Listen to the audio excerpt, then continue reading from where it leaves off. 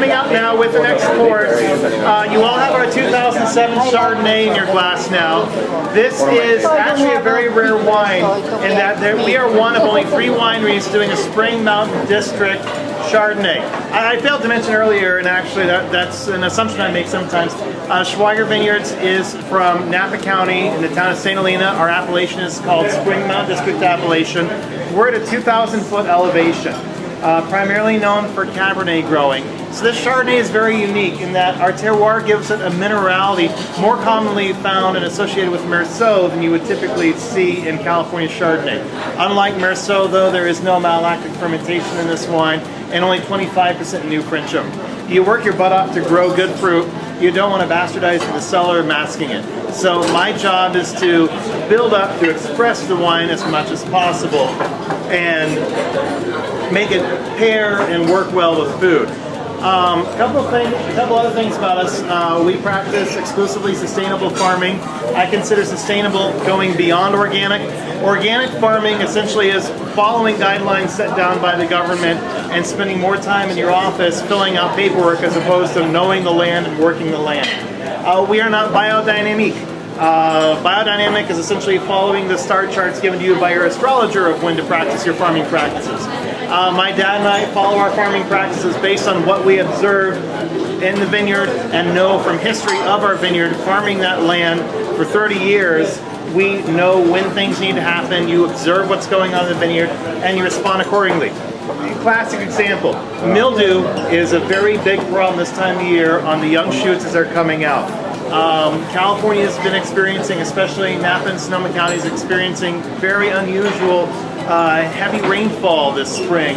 For the last month, every Monday, go figure, we're getting anywhere from a ½ inch to 2 inches of rain. Today we got a ½ inch of rain.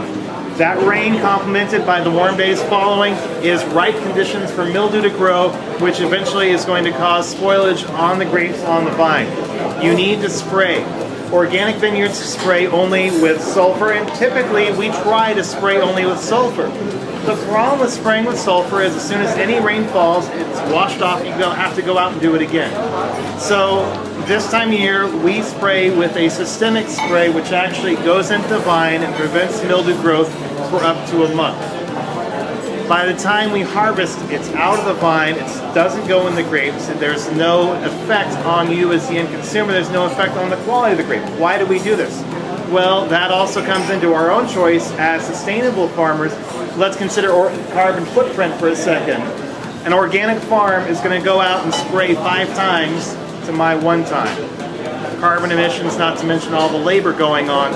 We are being more respectful to the environment, making that choice. An organic farmer is not allowed by government regulations to use these systemic sprays, even though they are no more or less hazardous than sulfur spray, which is organically government approved.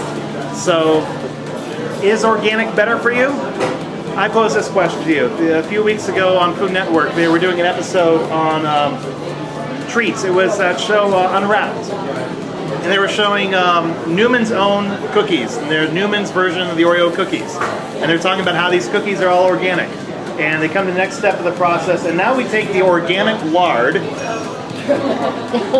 Organic lard. How do you make lard more healthy and more... sorry, they just lost me there. So we practice sustainable farming. Our whole belief in being estate bottled, where we own the land, we grow the grapes ourselves, we make the wine ourselves, we bottle on the property ourselves. We've been gifted by God this land. We're going to take care of it so that it's there for generations to come, so we can pass it down. We have control from root all the way to bottle, and we come out and present it to you guys here. So hopefully you enjoy it. Hopefully it works great with you. Ahi, any comments you want to make on the Yeah, real quick, I'm glad he mentioned sustainability. I would encourage all of you to become more educated about it. It's something I'm passionate about. Organic is such a small piece of the puzzle. Sustainability encompasses a much broader view of impacting the ecosystem. It also plays into the winery recycle. They provide health benefits and take care of their employees. There's a very broad scope of things that go into sustainability, which is why it's been so hard to define it in terms of something that you can put a certification stamp on it. But that's a key thing about sustainability that we're working on in California is that it's also, in addition to everything, it's an annual cycle of renewal and reevaluation.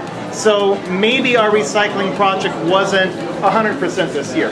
What can we do this coming year to make it better? Whereas if you're certified organic, you have passed the test, stamp, you're organic. Sustainable is an onward going, taking advantage of new technology. A lot of our neighboring wineries boast they're solar powered. Well, there's no regulation on boasting you're solar powered, and because the weird way California laws are written, sometimes you can only put up enough solar panels to be 20% solar powered. We just passed our 3-year anniversary of generating 120% of our electricity needs. So next time you turn on a light switch, it might be coming from our solar. Nice. Wow, that's impressive. awesome. Also, just one more comment about sustainability is it's continuing to evolve and grow and kind of define itself, and you'd be surprised how many wineries you know and love that are sustainable. They don't advertise it, they don't wave a flag, they don't put a stamp on a bottle of wine. That's the way they've always farmed. Yeah. Exactly. So there's a lot of people jumping on this bandwagon now because it's trendy, and then there's people that have been doing it this way since the beginning. With no further ado, I know you want to dive into your food. You have a black and white sesame crusted ahi tuna. This is over a fennel and apple slaw. That's the bulb of the fennel. You have a miso aioli drizzled on the plate and a little bit of the fennel frond as well. Don't mistake that for dill. What I loved about playing this with the food that Chef did is there's this wonderful acidity to this wine, which makes it incredibly food friendly. There's a little bit of citrus, these very bright flavors, but there's also this richness that I think of almost as an old world kind of influence. So he played on both of those. The fennel, initially he did not do the miso aioli actually. He added that because it created the perfect balance between the acidity and the bright fruit and then the actual richness of the wine. So have fun with it, play. This will be the first time I mention this, and I'll remind you at the end. All of these wines are available at a great price for you guys tonight, just you. If you want to take a bottle home with you, we'll talk about that more later. So you can go home and share this with friends and introduce other people to these fabulous wines. So cheers. Cheers.